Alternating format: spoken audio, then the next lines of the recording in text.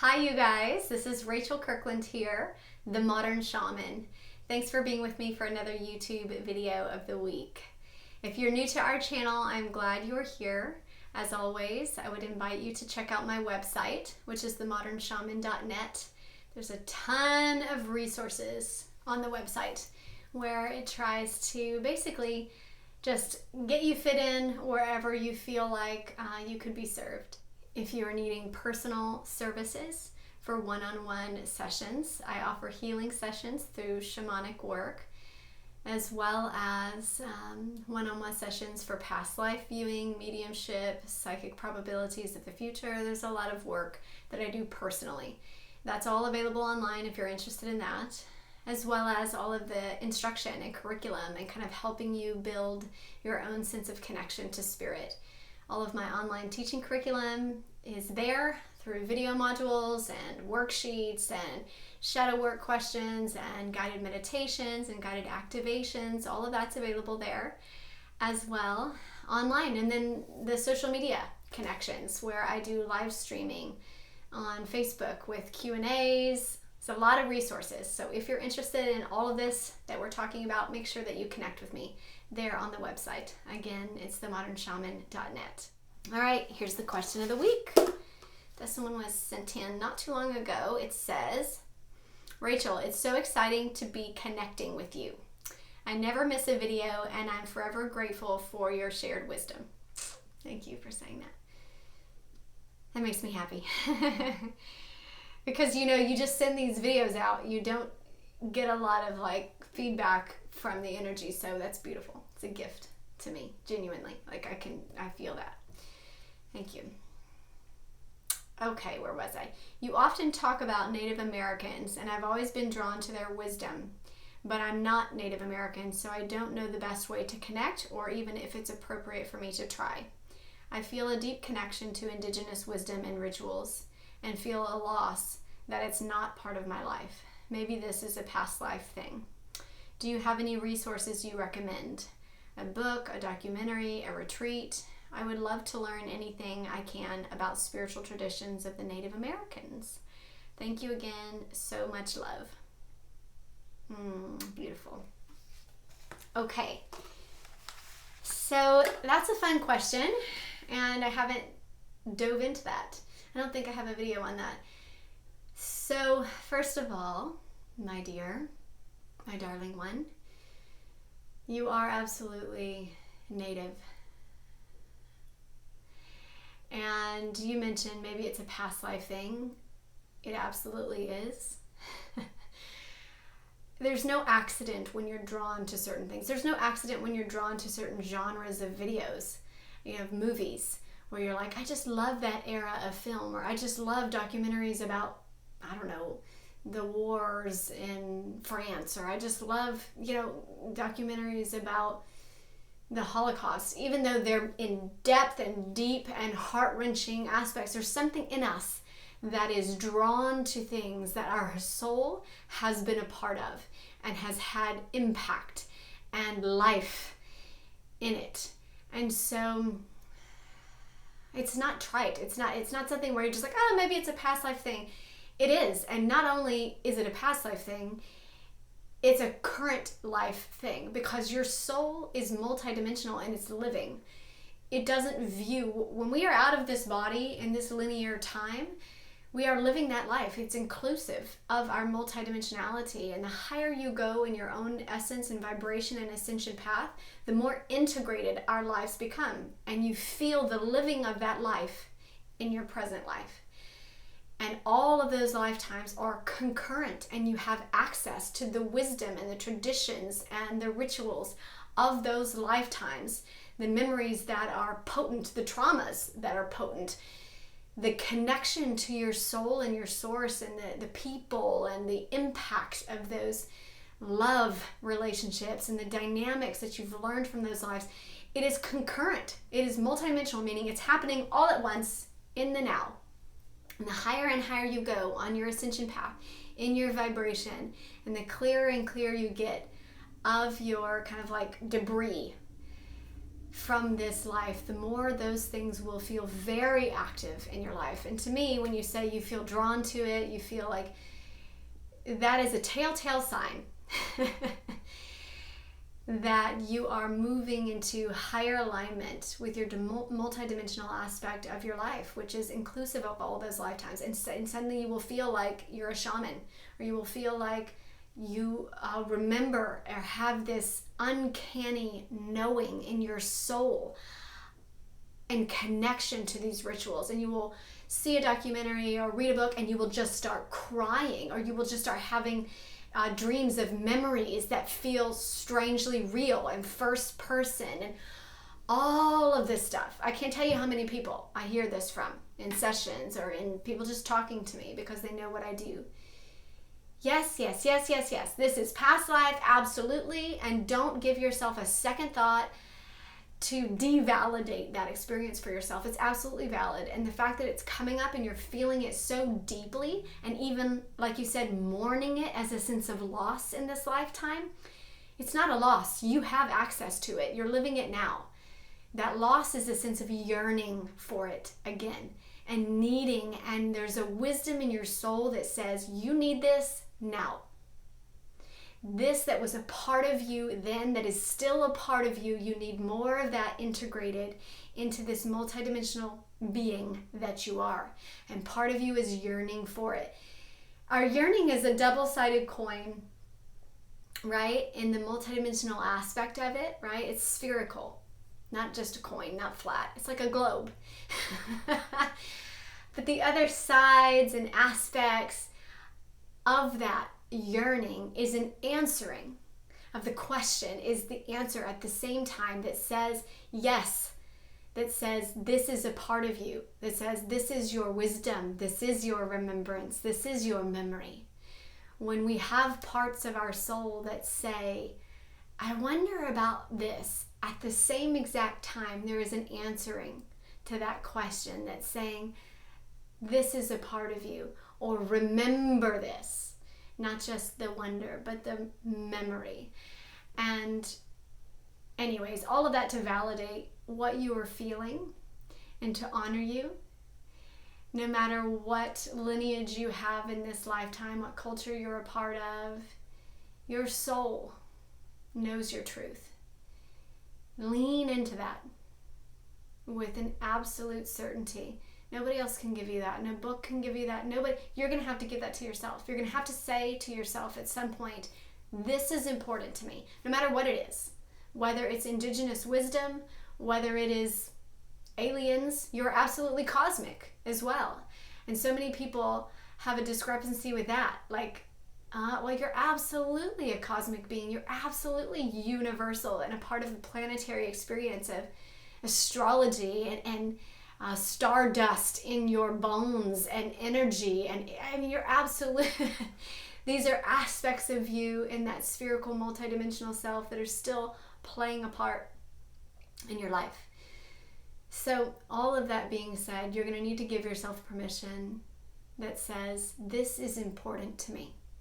No matter what label I have in this lifetime, what gender, what blood work or ancestral DNA, your soul gives itself validation for what is important to it. Don't minimize that, because otherwise your soul will keep calling and screaming at you, and you will keep feeling that sense of draw and pull and magnetism until you finally admit, this is just a part of me. This is who I am. And so much historically, on the historical realm, has been really whitewashed out. You know, even my own personal connection and personal story. My father is Cherokee, but he was taken out of that household and put into a Catholic nunnery to be raised and eventually adopted by another family. And a lot of that culture, a lot of those indigenous communities were oppressed, and the education tried to whitewash out a lot of that information. That's part of my physical history. But my soul knows different. My soul claims a lot of memory that my physical mind doesn't have access to, but my soul has access to. And yours will be the same.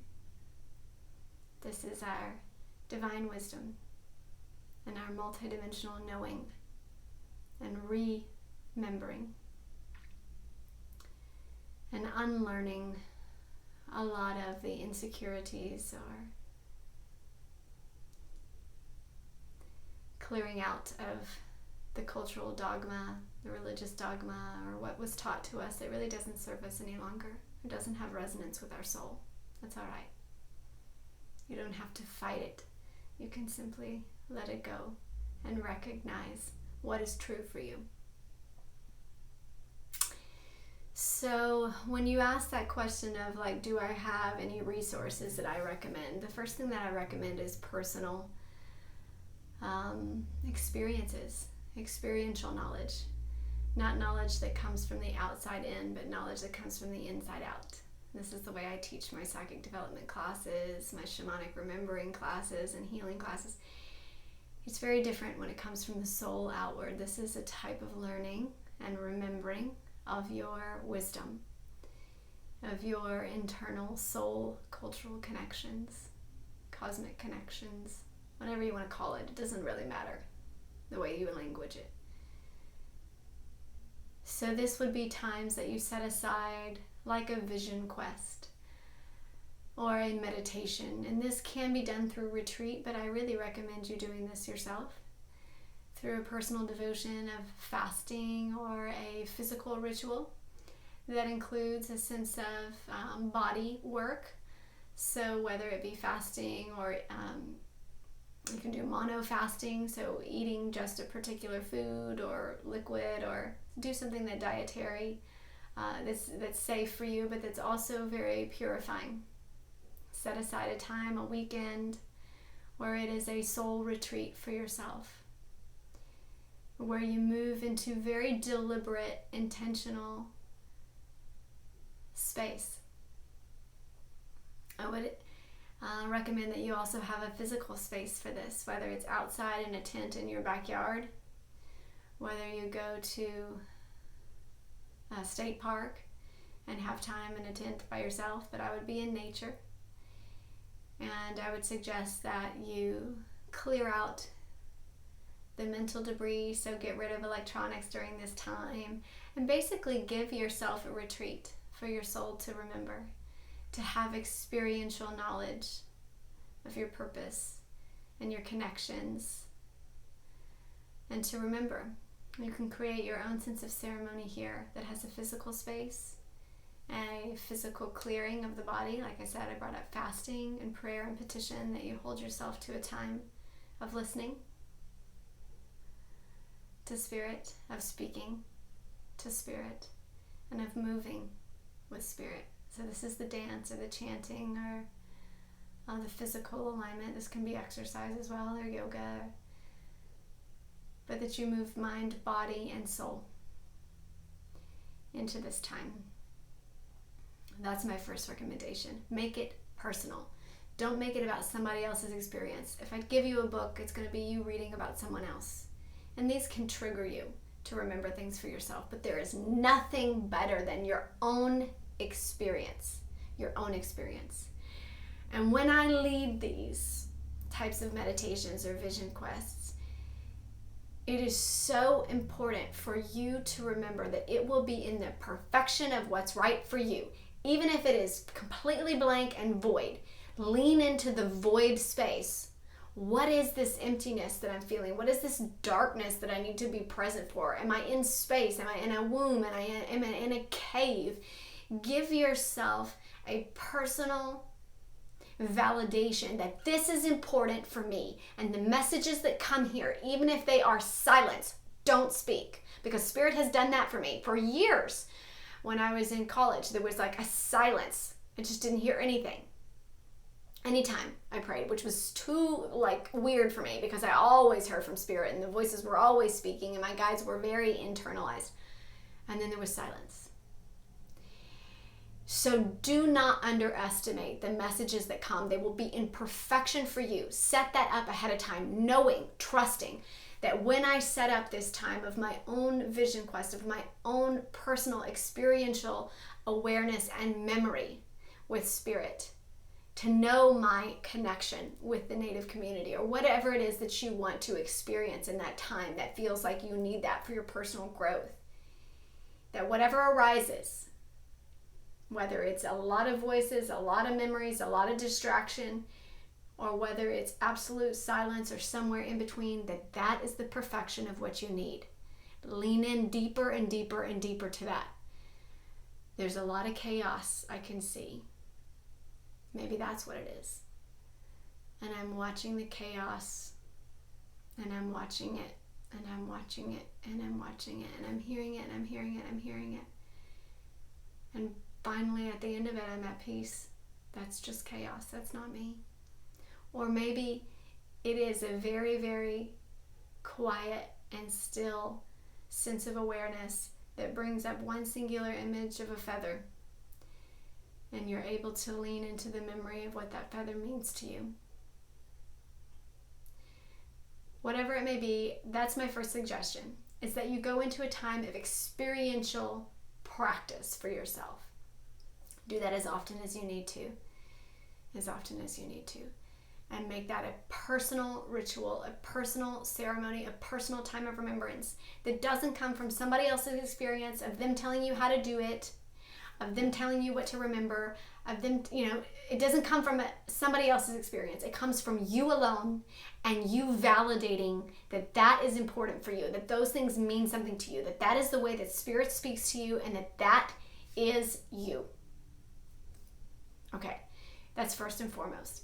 The other things, the books, the documentaries, the triggers, these things can be supplemental. And these are led by inspiration. I can be part of that inspiration, but I would say more so than teaching you directly from me is that you learn to notice the way that Spirit is giving you inspiration in your daily life. Because that's where it really counts. Not so much from me telling you one time a certain book that meant something to me. Of me teaching you, notice where Spirit speaks and gives you inspiration in your everyday life. That is pivotal. If you can integrate that, because that's the way Spirit speaks to you all the time, right? Beyond one video of me talking to you, it's every interaction. Spirit is speaking to you, trying to get you to remember, trying to show you what you need to see. And so notice these little sparks of inspiration, these little these videos that pop up that just feel like, yeah, that's really cool. I kind of want to read that. Or noticing an art piece or a necklace that it looks like somebody did really beautiful indigenous beadwork. And what tradition is that from? I'm totally drawn to those colors, or I'm totally drawn to that stone, or I love that imagery, or that pattern work on that quilt. What is that? Notice what you're interested in and move in that current. That subtle spark is your own soul recognizing and remembering. That is what I want to recommend for you.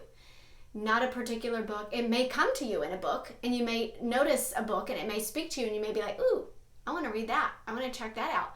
Or you may find that 3 people mention the same book in the same week. That's Spirit. Notice it. And then follow through. Write it down. Have a notepad where it says, this is my little notepad of what Spirit tells me during the day. Or put it in your phone. Spirit told me this today, and I'm going to have to follow through with it when I have time. This book kept coming up, or these resources kept coming up, or I kept being drawn to this symbol of a sun with these swirls around it. Notice and remember that is important. That's Spirit guiding you, reminding you. And it's not just guiding you on this path. It's like the evolving of showing you who you are. That remembrance. And that is a beautiful relationship. Beautiful relationship. And that's my recommendation. is to spend time in that relationship. Validate what Spirit is speaking to you, the inspiration that comes to you, and follow through with it in your personal interactions, in your personal world, in the dream space of where Spirit comes to you, and follow through with it. Don't just think that they're random or think that they're trivial. In the way that you said, I think it's probably past life, validate what you feel and what is probably meaningful to you, and seek out those paths every day.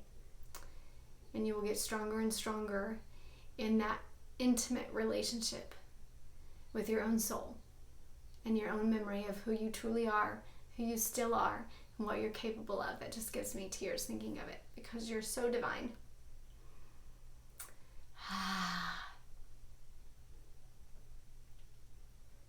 We have no idea oftentimes, but I feel it.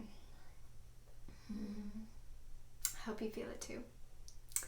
Blessings to you guys. Ooh.